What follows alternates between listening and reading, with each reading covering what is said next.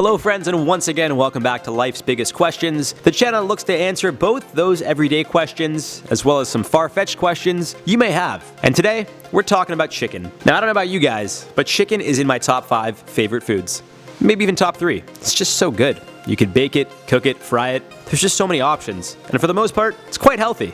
I mean, depends how it's made, but it's always packed with protein and delicious flavor. What's not to love? But rotten chicken? Well, that's a different story. The taste isn't quite the same, it doesn't look very appetizing, and if you do end up eating it, well, you're in for a bit of a wild ride. Today, we'll be talking about the repercussions of what happens if you eat rotten chicken and what you should do if you find yourself in such a predicament. But before we jump into it, allow me to introduce myself for those of you that don't know me. I'm one of your hosts, Jared Bronstein, and make sure you are subscribed to this amazing channel so you can be the one with all the answers. Stick around until the end of the video to find out if you got featured, and drop us a comment on this video for a chance to get a feature next time. But for now, back to the rotten chicken. Just the sound of it is gross, isn't it? Well, that's because it is. Rotten chicken can be home for some real serious bacteria, such as salmonella and E. coli. And although cooking your chicken thoroughly can get rid of such bacteria, some toxins can survive the heat and cause you to have some serious problems, such as food poisoning. Let's explore. Assuming your chicken is properly cooked, you don't have to worry so much about salmonella or E. coli, both types of bacteria that can result in serious illness such as diarrhea, vomiting, fever, cramps, and headaches. In more serious cases of E. coli, you could actually have internal hemorrhaging, although it's not that likely. But let's just say you properly cooked your rotten chicken and ate it without realizing it was rotten.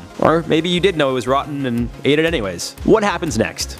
Well, it depends on how your body reacts. Aside from obviously the terrible taste you'd have in your mouth, it's possible you could see symptoms anywhere from a couple hours up to 48 hours after eating the chicken. Now if you're lucky, you might have some diarrhea, maybe a stomachache, and that's it. If you're really lucky, you might just have some irregular stool, and that's it. But 9 times out of 10, you're going to be using the bathroom so much, it'll become a second home. Usually those with food poisoning in general tend to be nauseous, but a lot of the time, those affected will inevitably throw up. Of course, you'll also have the runs, so it's a matter of how your body wants to get rid of the bacteria, either from the top or the bottom. And in more extreme cases, both. The danger here is that you can become dehydrated. But if you try to eat or drink anything, your stomach is most likely to reject it altogether because it's trying to fix its initial problem, the rotten chicken. So what can you do to help yourself while you go through this rough experience? Well, again, it depends on how severe your case is, but most professionals would recommend starting off by taking small sips of water. This is a good test to see if your body is willing to hold anything down, and with water being the most bland thing, it's the least likely to cause a negative reaction. If you're able to keep the water down, it's recommended to keep taking small sips to ensure your body stays hydrated.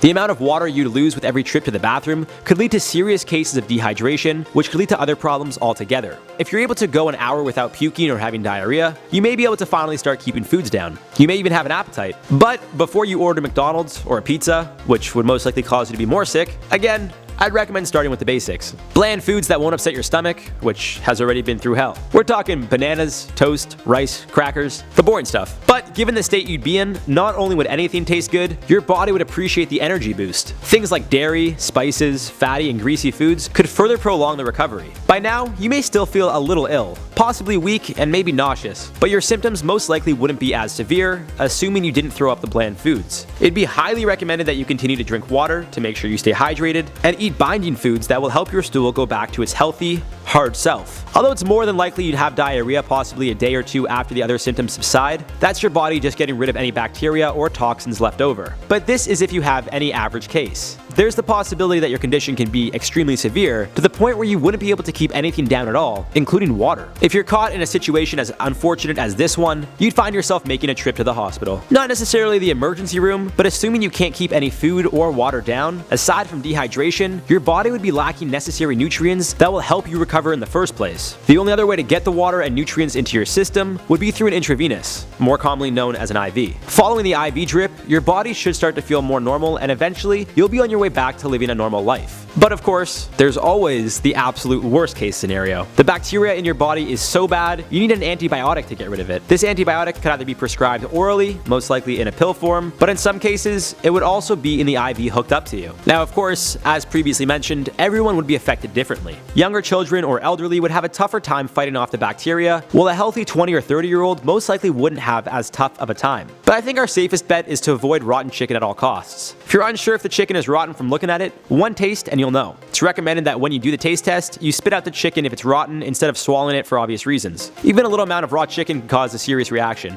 So let's cap off this video by all collectively agreeing we won't be eating rotten chicken anytime soon. And if for whatever reason you do, well, At least you'll have tons of LBQs to watch while you're in bed, or more likely, toilet ridden. And on that note, let's read some comments from the video. What if we reversed the solar system? Jojo Lim said, sometimes I look at my dirty 1-year-old toothbrush and wonder, am I actually cleaning my teeth with my toothbrush, or actually cleaning the toothbrush using my teeth? That's gross. You're probably still cleaning your teeth, because it's not really the toothbrush that does it, it's more so the toothpaste, assuming you use toothpaste. But if you have a year-old toothbrush, I don't know. I'm not going to question anything here. Queen Lion said, life's biggest questions. What if? Me.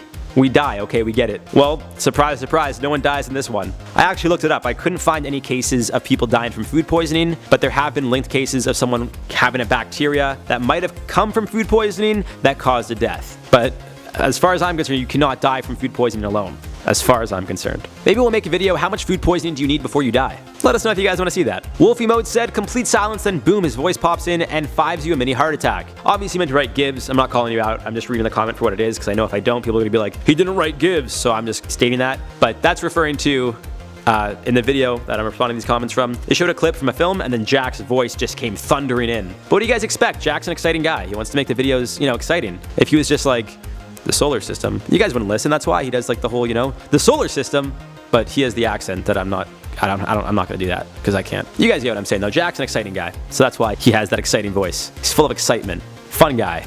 He's a fun guy. Anyways, guys, on that note, we're gonna wrap this one up. I've been your host, Jared Bronstein. Hope you guys have yourselves a wonderful day or night, depending on when you're watching this. Be sure to subscribe so you guys never miss a video. Give the video a thumbs up and share it with a friend if you enjoyed it. And as always, drop us some comments down below with questions you want answers to. We'll see you guys next time here on Life's Biggest Questions.